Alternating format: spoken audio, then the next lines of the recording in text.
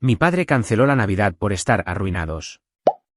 Mientras yo comía sobras sola, mi hermana daba una fiesta de lujo para todos, menos para mí. Cuando él me pidió $2000, mi respuesta fue clara: pierde mi número. No financio a mentirosos. Me llamo Valeria García. Tengo 31 años. Y la pasada Nochebuena, aprendí que estar demasiado arruinada para Navidad aún puede incluir champán, un DJ y una casa llena de gente que sabía exactamente por qué yo no estaba allí. Esa mañana, mi padre, Ricardo García, envió el mensaje que lo canceló todo. Este año no habría cena familiar, ni regalos, ni reuniones. El dinero escaseaba, las facturas se acumulaban y todos debían ser comprensivos. Así que hice lo que siempre había hecho. Comprendí. Me dije a mí misma que no lo hiciera personal. Calenté las sobras en mi apartamento, puse una vieja película navideña y traté de no mirar el regalo sin abrir que estaba junto a mi puerta, el que había comprado semanas antes, porque todavía creía que era parte de esa familia. Luego, un poco después de las 8, mi teléfono se iluminó con una notificación de transmisión en vivo de mi hermana menor, Isabella García. Casi la ignoré. Ojalá lo hubiera hecho. La pantalla se abrió con música a todo volumen en la sala de estar que yo había ayudado a mantener cálida. Había luces por todas partes. La gente reía, bailaba, levantaba copas, gritando «Feliz Navidad», como si nada se hubiera cancelado en absoluto. La cámara giró por la habitación y aparecieron cara tras cara. Parientes, vecinos, amigos, todos sonriendo bajo el mismo techo del que me habían dicho que estaban demasiado arruinados para celebrar. Mi madre, Laura García, estaba de pie junto al árbol de Navidad, riendo con una copa de champán en la mano. Todos estaban allí excepto yo. No grité. No comenté. Simplemente me senté allí con mi tenedor en la mano mientras la comida se enfriaba, dándome cuenta de que la mentira no era sobre dinero. Era sobre mí. Y lo más extraño fue que aún podría haber permanecido en silencio si Ricardo no me hubiera enviado un mensaje a la mañana siguiente pidiendo $2,000 como si yo no fuera una hija, no fuera una persona, solo el fondo de emergencia que siempre olvidaban que tenía un corazón. A la mañana siguiente, me desperté antes de la alarma porque mi teléfono zumbaba contra la mesita de noche como si tuviera algo cruel que entregar. Por un segundo, me permití creer que tal vez era una disculpa. Tal vez alguien se había dado cuenta de que había visto la transmisión en vivo. Tal vez alguien se había despertado con suficiente vergüenza para decir, Valeria, debimos haberte dicho la verdad. Pero cuando cogí el teléfono, el mensaje era de Ricardo García, y no era una disculpa. Decía, ¿puedes enviar los $2,000 para el hueco de la hipoteca hoy? La tarifa bancaria vence mañana. Eso fue todo. Ni feliz Navidad.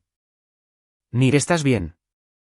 Ni una explicación de por qué su casa había estado llena de champán, música, comida de catering y gente mientras yo comía sobras sola. Solo una solicitud de dinero escrita como si yo fuera un pago automático con pulso. Me senté en el borde de mi cama y lo leí 3 veces, no porque no lo entendiera, sino porque algo dentro de mí necesitaba ver cómo la verdad se volvía innegable. No me habían olvidado. Habían elegido excluirme, luego me recordaron en el momento en que vencía una factura. Abrí mi aplicación bancaria con manos extrañamente tranquilas. Esperaba enfado, pero lo que sentí fue peor. Me sentí despierta. Ahí estaba, alineado en pequeñas y ordenadas filas. Años de ser útil, disfrazados de ser amada. 800 aquí para una factura de servicios públicos vencida. 640 para el alquiler del coche de Isabella porque dijo que sus acuerdos con marcas estaban retrasados. 2,000 para el hueco de la hipoteca en octubre. Otros 1,200 cuando Ricardo dijo que los impuestos a la propiedad habían golpeado más fuerte de lo esperado. El plan telefónico familiar a mi nombre. La cuenta de entrega de comestibles guardada con mi tarjeta. Los servicios de streaming. El copago del seguro que Laura dijo que devolvería y nunca volvió a mencionar. Desplacé la pantalla hasta que los números dejaron de sentirse como dinero y comenzaron a sentirse como años de mi vida. Pensé en el árbol de Navidad de esa transmisión en vivo, uno lo suficientemente alto como para rozar el techo. Pensé en el DJ cerca de la chimenea. Pensé en Laura riendo a su lado, vestida como una mujer que no le había dicho a su hija que no habría Navidad porque estaban demasiado arruinados. Abrí el mensaje de Ricardo de nuevo. Mi pulgar se cernió sobre el teclado. Había tantas cosas que podría haber dicho. Podría haber preguntado por qué no me invitaron. Podría haber enviado capturas de pantalla. Podría haberle rogado que explicara por qué todos los demás merecían calidez y música mientras yo merecía el silencio. Pero rogar siempre había sido la trampa. Les daba espacio para retorcer la historia, para llamarme sensible, dramática, desagradecida, difícil. Así que solo escribí una frase: pierde mi número. No financio mentirosos. La miré durante unos segundos y luego la envié antes de que la vieja versión de mí pudiera suavizarla. Luego bloqueé a Ricardo. Bloqueé a Laura. Bloqueé a Isabella. No para ser cruel, sino porque sabía que en el segundo en que tuvieran acceso a mi voz, intentarían arrastrarme de nuevo al papel que me habían asignado, la responsable, la comprensiva, la que pagaba en silencio y se disculpaba por necesitar respeto. Después de eso, empecé a hacer llamadas. Primero, al banco. Cancelé todas las transferencias recurrentes conectadas a mi familia. La mujer al teléfono me preguntó 2 veces si estaba segura porque algunos de los pagos habían estado activos durante mucho tiempo. Dije, sí, estoy segura. Luego eliminé mi tarjeta de la cuenta de entrega de comestibles. Cancelé las líneas telefónicas adicionales. Cambié las contraseñas de mi correo electrónico, banca, Apple ID, Venmo y cada cuenta donde alguien de esa casa podría haber guardado acceso. Cerré sesión en todos los dispositivos. Activé la autenticación de 2 factores. Congelé la autorización de crédito compartida que Ricardo me había convencido una vez de que era solo para emergencias. Una mujer de la compañía telefónica hizo una pausa y dijo: lo siento. Las cosas familiares durante las fiestas pueden ser muy difíciles. Casi me reí porque difícil me pareció demasiado pequeño. Difícil era quemar la cena o perder un vuelo. Esto era descubrir que tu familia podía permitirse una fiesta, pero no la honestidad. Para cuando terminé, el cielo exterior se había vuelto azul oscuro. Mi café reposaba intacto en la encimera. El regalo sin abrir junto a la puerta de repente parecía vergonzoso, como una prueba de que había malinterpretado mi propio lugar en la familia. Lo cogí, lo llevé al armario y lo puse en el estante más alto donde no tendría que verlo. Luego creé una carpeta en mi teléfono llamada Evidencia. En ella puse la grabación de la transmisión en vivo, capturas de pantalla de la historia de Isabella, el mensaje de Ricardo, las transferencias bancarias, las confirmaciones de pago y los correos electrónicos. Todavía no sabía para qué lo necesitaría. Solo sabía que las personas que mienten ruidosamente a menudo dependen de que no tengas pruebas. A las 5:47 de la mañana siguiente, mi teléfono empezó a vibrar de nuevo con números que no reconocía. A las 6 de la mañana, había 48 llamadas perdidas. Un mensaje de voz llegó de Laura. Su voz era suave, temblorosa, casi convincente. Valeria, por favor, podemos hablar. Ha habido un malentendido. Solo llámame. Lo escuché una vez, luego lo guardé. No devolví la llamada porque, por primera vez en años, entendí algo que ellos debieron haber entendido mucho antes que yo. Un malentendido no tiene un DJ. Al mediodía, el pánico había encontrado nuevas formas de alcanzarme. El primer mensaje llegó por Facebook desde una cuenta que no había usado en meses. Era Laura escribiendo como una madre en una tarjeta de felicitación en lugar de una mujer que había visto a su hija ser borrada de la Navidad. Cariño, por favor, no tomes una decisión permanente por una noche emocional. Tu padre está bajo mucha presión. Todos lo estamos. Miré las palabras y no sentí nada. No porque fuera insensible, sino porque finalmente me había quedado sin energía para traducir excusas en amor. Unos minutos más tarde, Isabella publicó una historia en Instagram. Fondo negro, texto blanco, un pequeño y dramático emoji de corazón roto. Algunas personas arruinarán las fiestas solo para hacerse las víctimas. No dijo mi nombre. No tenía por qué hacerlo. La mitad de las personas que vieron esa historia habían estado en la sala de estar la noche anterior mientras ella filmaba la Navidad familiar perfecta que aparentemente no me incluía a mí. La capturé y la guardé en la carpeta de evidencia. Luego vino mi tía Teresa. No había hablado con ella en casi un año, pero de repente tenía mi número, lo que me dijo exactamente lo desesperada que se había vuelto mi familia. Valeria, dijo cuando respondí por curiosidad, estoy muy decepcionada. Miré al techo y casi sonreí. Ni un hola, ni un ¿estás bien? Solo decepción entregada como una herencia familiar. Me dijo que Ricardo y Laura estaban devastados. Me dijo que Isabella había estado llorando toda la mañana. Me dijo que la Navidad era estresante para todos y que yo necesitaba dejar de castigar a la gente. La dejé hablar antes de hacer una pregunta. ¿Te dijeron que me dijeron que la Navidad estaba cancelada porque estaban demasiado arruinados? Hubo una pausa. Luego dijo, bueno, tu padre dijo que se suponía que iba a ser pequeña. Dije, había un DJ, tía Teresa. Otra pausa. Añadí, te dijeron que he estado pagando parte de su hipoteca, el alquiler del coche de Isabella, su factura telefónica y sus comestibles durante 3 años. Esta vez, el silencio fue más largo.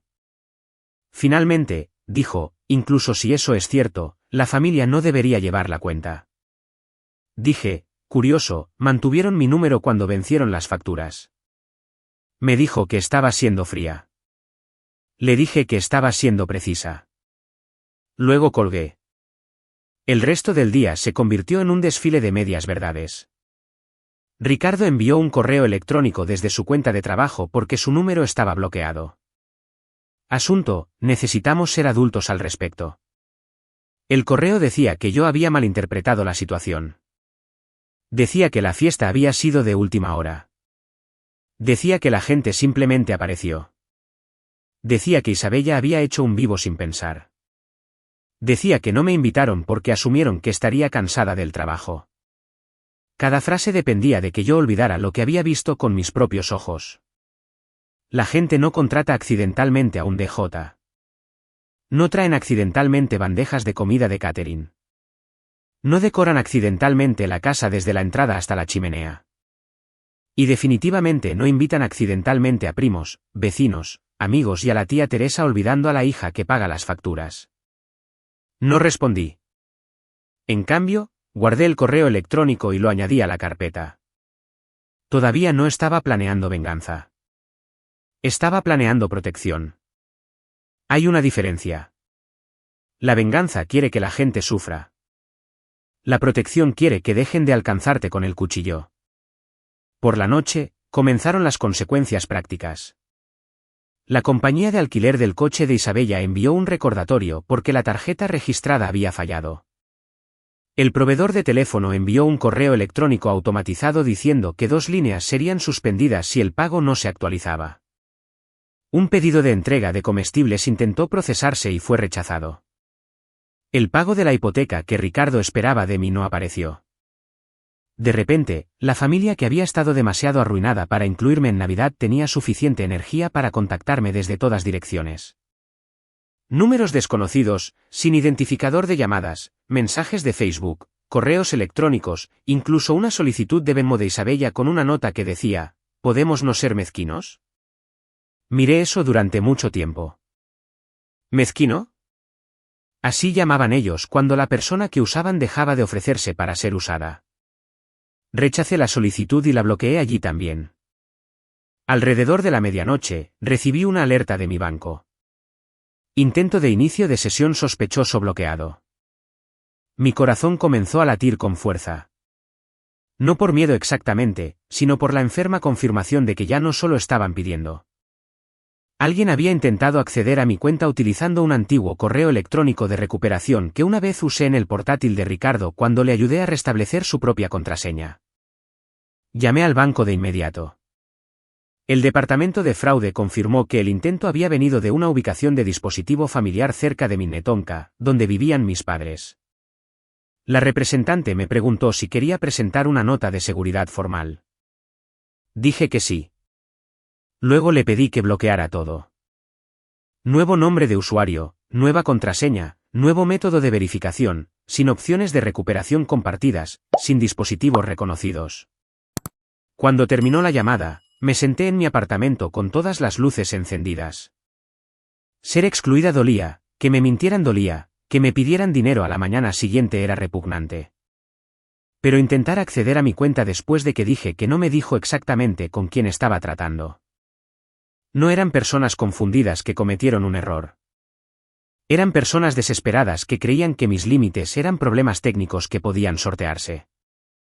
Al amanecer, había tomado una decisión. Iba a conducir hasta Minnetonka, no para rogar, no para gritar, no para obtener una disculpa. Iba allí para mirarlos a los ojos mientras cerraba la última puerta que creían tener en mi vida. El viaje a Minnetonka solía durar 25 minutos. Pero esa mañana, sentí que viajaba hacia atrás a través de cada versión de mí misma que había sido en esa familia. La niña que esperaba junto a la ventana a que Ricardo regresara del trabajo. La adolescente que aprendió a no quejarse porque Laura decía que el estrés ponía a su padre de mal humor. La estudiante universitaria que enviaba dinero a casa porque Isabella necesitaba un vestido para un baile. La mujer adulta que seguía diciendo sí porque no siempre parecía costar más que dinero. La nieve estaba acumulada en los bordillos cuando giré en su calle. La casa se veía casi ridícula a la luz del día. Las luces de Navidad todavía parpadeaban alrededor del tejado. Una corona colgaba de la puerta. Había bolsas de basura cerca de la puerta lateral.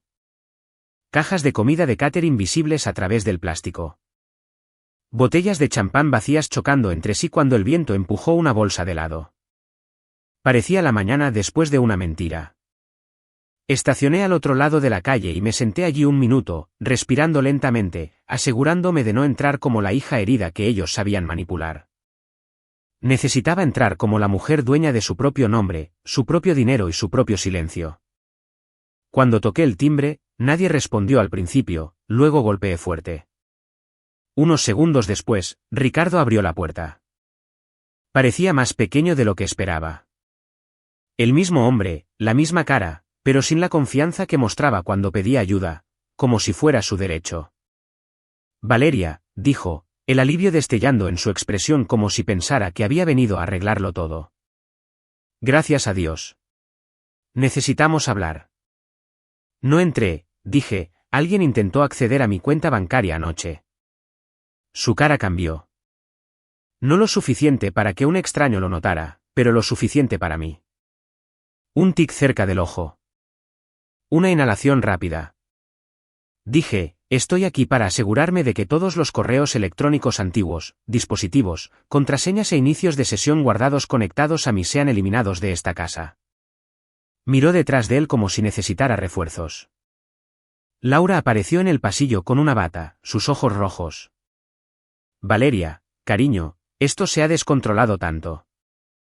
Dije, no me llames, cariño. Busca el portátil. La mandíbula de Ricardo se tensó. Nadie intentó robarte. Dije, no dije robar. Dije acceder. Interesante que tu mente fuera allí. Laura hizo un sonidito herido. Luego Isabella bajó las escaleras en pantalones de chándal, sosteniendo su teléfono como si fuera parte de su mano. ¿En serio ahora? Dijo, vienes aquí como si fuéramos criminales. La miré. Hiciste un vivo en una casa llena de gente después de que me dijeran que la Navidad estaba cancelada. Sus ojos rodaron antes de que pudiera evitarlo. No era sobre ti. Esa frase fue casi divertida. Dije, exacto. Ese era el problema. Ricardo se interpuso entre nosotras y trató de usar la voz que había funcionado conmigo durante años, baja y firme, como si la autoridad pudiera reemplazar la responsabilidad. Valeria, estás molesta. Bien, pero cortar pagos de la noche a la mañana, cancelar líneas telefónicas, avergonzar a tu hermana. Tu madre ha estado llorando desde ayer. Pregunté, lloró cuando me vio excluida. Nadie respondió. Me volví hacia Laura. ¿Sabías que no me invitaron? Sus labios se entreabrieron.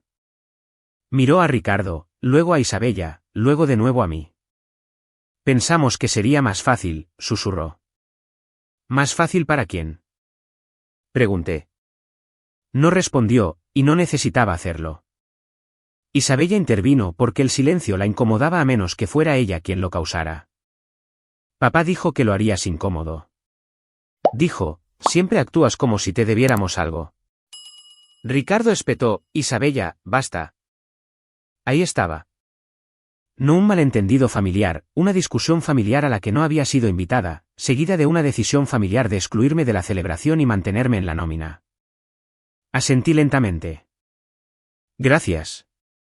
Por una vez, uno de ustedes dijo la verdad. La cara de Ricardo se puso roja. No retuerzas esto, le dije. No estoy retorciendo nada. He terminado de enderezar lo que ustedes siguen doblando. Pedí el portátil de nuevo. Ricardo intentó discutir, pero Laura finalmente fue al estudio y regresó con él.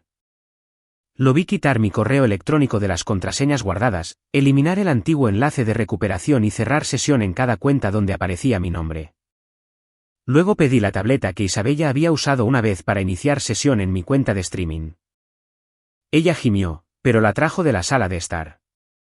También la revisé. La casa estaba en silencio excepto por los pequeños clics de las teclas y la dramática respiración de Isabella. Detrás de ellos, la sala de estar todavía tenía decoraciones por todas partes. Purpurina en el suelo, vasos de plástico debajo de la mesa de centro, un letrero plateado en la repisa que decía, bendecidos. Miré esa palabra y casi me reí. Cuando terminé, cerré el portátil y lo deslicé de nuevo sobre la mesa. Ricardo dijo, ¿así que eso es todo? Simplemente nos vas a abandonar. Lo miré por un largo momento. No, dije, voy a dejar de mantener la ilusión de que me amaban mientras me usaban.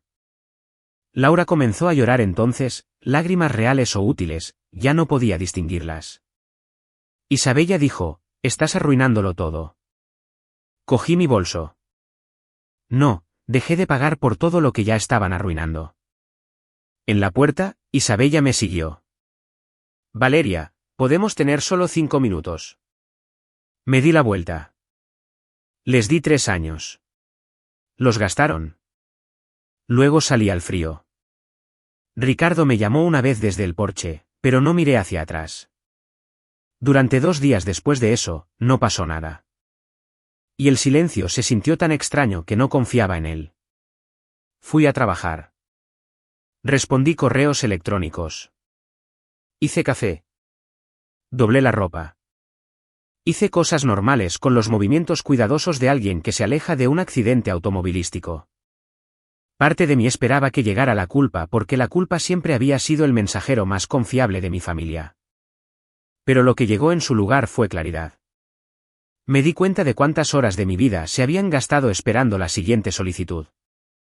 Una factura, un favor, una crisis, una emergencia familiar que de alguna manera se convertía en mi responsabilidad antes de que yo siquiera entendiera lo que había sucedido. Sin esos mensajes, mi apartamento se sentía más grande. Mis noches se sentían más largas. Mi propio dinero se sentía desconocido en mi cuenta, como algo que se me permitía conservar. Luego, al tercer día, él sobreapareció debajo de mi puerta.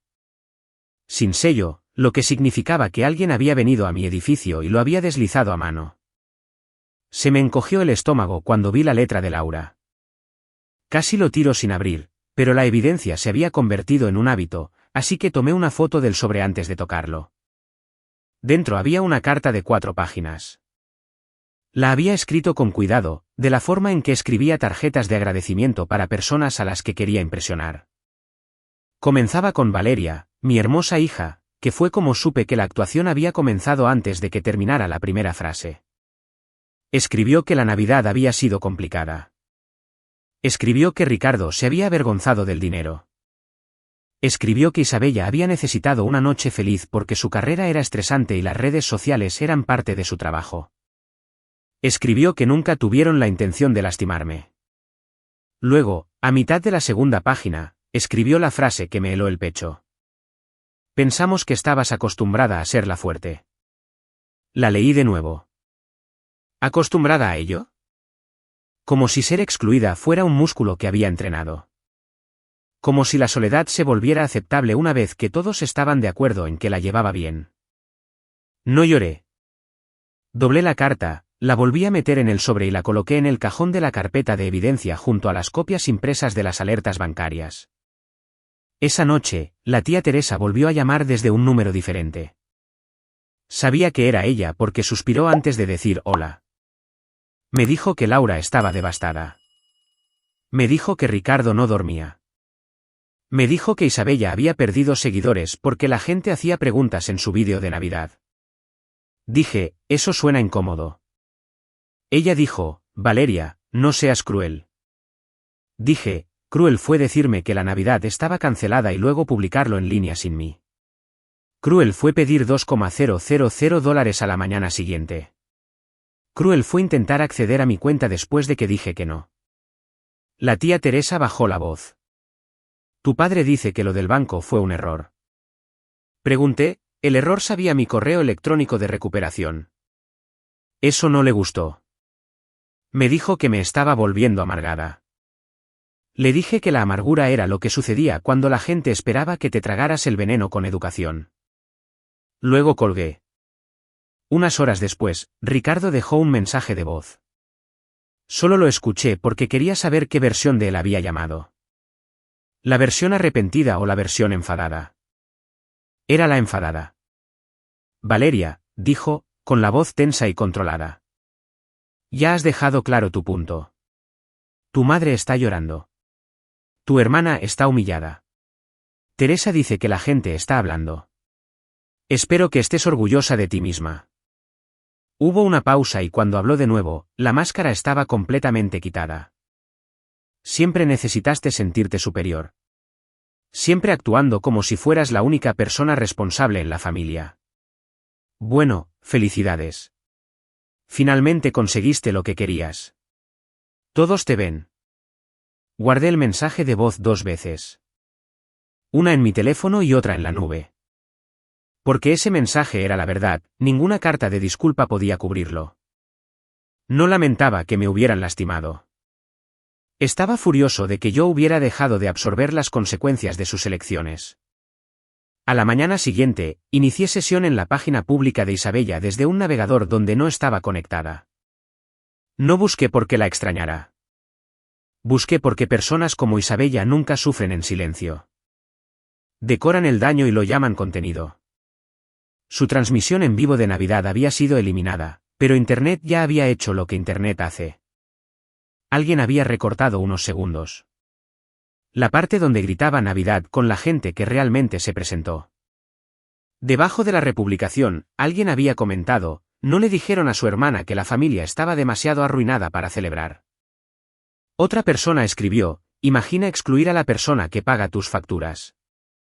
Miré ese comentario durante mucho tiempo. Yo no había publicado nada. No había contado mi versión públicamente. Aún así, la verdad había empezado a salir por las grietas que ellos crearon. Esa tarde, Ana Morales me llamó. Ana era una antigua amiga de la universidad que se había convertido en abogada, el tipo de persona que hablaba con calma incluso al explicar cosas terribles. Le había enviado un breve mensaje pidiéndole consejo, no porque quisiera demandar a mi familia, sino porque quería asegurarme de que no tuvieran ningún camino legal o financiero de regreso a mi vida. Ella escuchó mientras le explicaba los pagos, las cuentas compartidas, el intento de inicio de sesión, la presión familiar. Cuando terminé, dijo, Valeria, necesito que me escuches con claridad. No estás reaccionando de forma exagerada. Lo que describes es explotación financiera envuelta en lenguaje familiar. Cerré los ojos cuando lo dijo. Explotación financiera, no ayuda, no ser dramática, no malentender. Ana me dijo que recopilara todo, que escribiera una carta formal de límites, que cerrara cualquier acceso compartido restante y que dejara de comunicarme excepto por escrito. Luego dijo algo que anoté porque lo necesitaba. El amor no exige que dejes tu cartera abierta. Esa noche, comencé a construir la hoja de cálculo. Cada transferencia, cada pago, cada suscripción, cada emergencia que me habían culpado de resolver. El total subió más rápido de lo que esperaba. Para cuando terminé, eran más de $42,000. Miré el número hasta que me ardieron los ojos. Eso ya no era generosidad. Era una segunda vida que había estado financiando mientras la mía esperaba en silencio en un rincón. A la mañana siguiente, imprimí la hoja de cálculo porque necesitaba ver el total en papel. $42,316, sin incluir regalos, planes cancelados, llamadas nocturnas o el trabajo emocional que había confundido con lealtad. Ana me ayudó a redactar la carta. No era cruel, y eso me importaba. Quería que cada palabra fuera lo suficientemente limpia como para ser expuesta a la luz del día. A Ricardo García, Laura García e Isabella García, comenzaba. Esta carta confirma que ya no proporcionaré apoyo financiero, acceso a cuentas, transferencias de emergencia, pagos de facturas o métodos de pago para ningún hogar, vehículo, suscripción, préstamo, servicio o gasto personal conectado a ustedes. Se adjunta un resumen del apoyo financiero proporcionado durante los últimos 3 años. No solicito el reembolso en este momento. Este documento sirve como registro final y un cese formal de toda participación financiera. No me contacten para pedir dinero. No intenten acceder a mis cuentas. No envíen a terceros para presionarme. Cualquier intento adicional de usar mi información personal, contraseñas guardadas o métodos de pago será documentado. Por favor, comuníquense solo por escrito y solo si asumen la plena responsabilidad sin solicitudes, acusaciones o condiciones. La firmé con mi nombre completo, Valeria García. No hija, no hermana, no fondo de emergencia familiar. Luego envié 3 copias por correo certificado, una a cada uno de ellos. Envié una 4ª copia a la tía Teresa porque ella había elegido ayudar a presionarme. La respuesta llegó a pedazos, como una casa agrietándose antes de caer. Primero, se cortaron las líneas telefónicas. Isabella publicó desde la cuenta de un amigo que se estaba tomando un descanso debido a la energía tóxica. Luego, la compañía de alquiler de coches la llamó a ella, no a mí, por primera vez en años. Me envió un correo electrónico sin asunto. Podrías haberme avisado antes de destruir mi transporte. No respondí. Una advertencia habría sido decirle a tu hermana que la Navidad estaba cancelada mientras preparabas la fiesta. Luego vino Ricardo. Su correo electrónico era corto, lo que significaba que el pánico había reemplazado la actuación. Nos has puesto en una posición imposible. Podemos perder la casa. Por favor, llama a tu madre. No llamé. La casa no estaba en riesgo porque yo dejara de pagar. Estaba en riesgo porque Ricardo había construido un estilo de vida con dinero que no ganaba y gratitud que no sentía. Una semana después, la SV desapareció de su entrada. La tía Teresa envió un último mensaje antes de que yo la bloqueara también. Tu padre tuvo que vender su vehículo. Espero que esto te haga sentir poderosa. No me hizo sentir poderosa. Me hizo sentir que tenía razón. Ricardo amaba esa SV porque probaba algo a los vecinos. Perderla le dolía donde la apariencia más importaba. Las consecuencias de Laura fueron más silenciosas, pero quizás peores. Trabajaba en la oficina principal de una escuela primaria local donde los chismes viajaban más rápido que el tiempo. Un padre que seguía la página de Isabella preguntó si todo estaba bien con sus hijas. Luego otra persona preguntó por qué Valeria no había estado en Navidad. Laura, que había pasado años presentando a nuestra familia como una tarjeta de felicitación navideña perfecta, ahora tenía que sonreír a través de preguntas que no podía responder sin mentir de nuevo. La caída de Isabella fue más ruidosa. Perdió un encargo de planificación de una despedida de soltera después de que la hermana de la novia vio el drama en línea y decidió que no quería a alguien problemático involucrado en un evento familiar. Isabella publicó un vídeo lloroso sobre la traición y cómo Internet nunca conoce la historia completa. La gente en los comentarios preguntaba cuál era la historia completa. Lo eliminó en menos de 1 hora. No observé nada de esto con alegría. Había imaginado que la venganza se sentiría como fuego, pero se sentía más como distancia, como ver una tormenta a través de una ventana después de años de estar fuera bajo ella. 2 semanas después de que llegaron las cartas certificadas, Ricardo y Laura pusieron la casa en el mercado.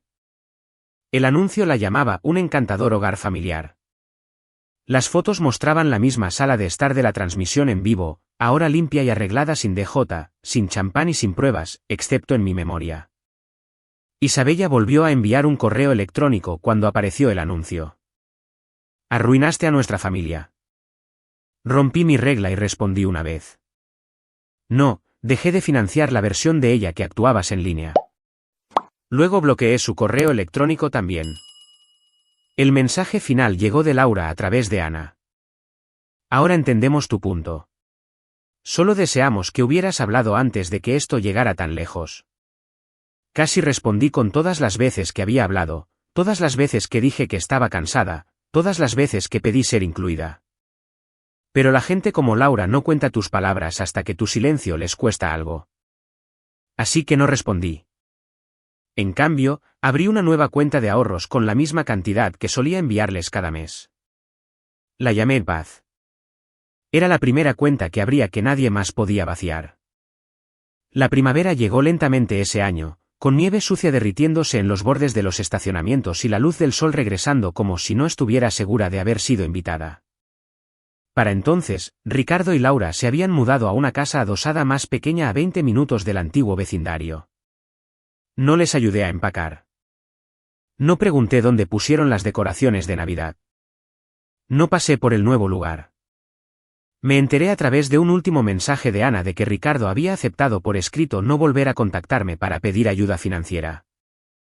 Esa frase me dio más paz que cualquier disculpa. Isabella se mudó con una compañera de piso después de que la situación del coche se volviera imposible y su presencia en línea cambió casi de la noche a la mañana. Menos champán, menos subtítulos de Familia Perfecta, más frases vagas sobre la curación. Esperaba que ella realmente se curara algún día, pero ya no necesitaba ser la lección de la que ella aprendiera a mi costa. La tía Teresa dejó de llamar después de recibir la hoja de cálculo. Creo que los números pueden hacer lo que las emociones no pueden. Hacen que la negación parezca cara. En cuanto a mí, también me mudé a un condominio más luminoso cerca del centro de Minneapolis con ventanas que captaban la luz de la mañana y una pequeña segunda habitación que convertí en oficina. La primera noche allí, pedí comida tailandesa, puse una lámpara barata en el suelo porque mis muebles aún no habían llegado, y me senté contra la pared cenando del recipiente. Nadie llamó pidiendo dinero. Nadie me acusó de abandonarlos. Nadie necesitaba que arreglara una crisis que habían creado. El silencio ya no se sentía vacío. Se sentía mío. Empecé terapia en marzo. Al principio, seguía intentando contar la historia de una manera que me hiciera parecer justa con todos. Mi terapeuta finalmente preguntó, Valeria, ¿qué pasaría si la contaras sin protegerlos? No pude responder. Protegerlos se había vuelto tan automático que la verdad se sentía grosera. Pero semana tras semana, aprendí a nombrar las cosas correctamente. Ser útil no es lo mismo que ser amado. Ser fuerte no es permiso para que otros te descuiden. La familia puede ser real y aún así ser insegura. El perdón no es un plan de pagos. También comencé a organizar pequeños talleres en línea sobre finanzas personales básicas para mujeres jóvenes que se sentían responsables de rescatar a todos a su alrededor.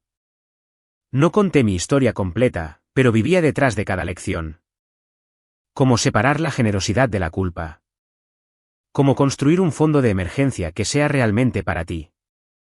Cómo eliminar tarjetas guardadas de cuentas compartidas. Cómo decir no puedo permitírmelo sin dar una defensa de tribunal. Cómo entender que no es una frase completa incluso cuando la persona que la escucha te crió. Esos talleres se convirtieron en lo primero bueno que surgió de todo lo que sucedió. El dinero que solía enviar a Ricardo, Laura e Isabella ahora se destinaba a ahorros, terapia, mejores comestibles y una clase de cerámica los sábados donde nadie me conocía como la confiable. Yo era solo Valeria, la mujer cuyas tazas salían un poco torcidas, pero que se reía cuando lo hacían. Ese verano, me encontré con un primo en un mercado de agricultores. Parecía nervioso como si yo pudiera explotar en público. No lo hice. Él dijo, solo quiero que sepas que muchos de nosotros no conocíamos la historia completa. Dije, lo sé. Se disculpó por haber estado en la fiesta. Le di las gracias y lo dije en serio. Luego dijo algo que se me quedó grabado. Creo que pensaron que siempre volverías porque siempre lo habías hecho. Esa era toda la historia. No creían que tuviera un límite porque yo los había entrenado para no ver ninguno. Los entrené con cada sí que di cuando quería decir no. Cada pago que hice mientras me decía a mí misma que era solo por esta vez. Cada día festivo en que me tragué la decepción porque mantener la paz parecía más fácil que pedir respeto. Esa fue la verdad educativa que ojalá alguien me hubiera enseñado antes. El amor sin límites no se profundiza.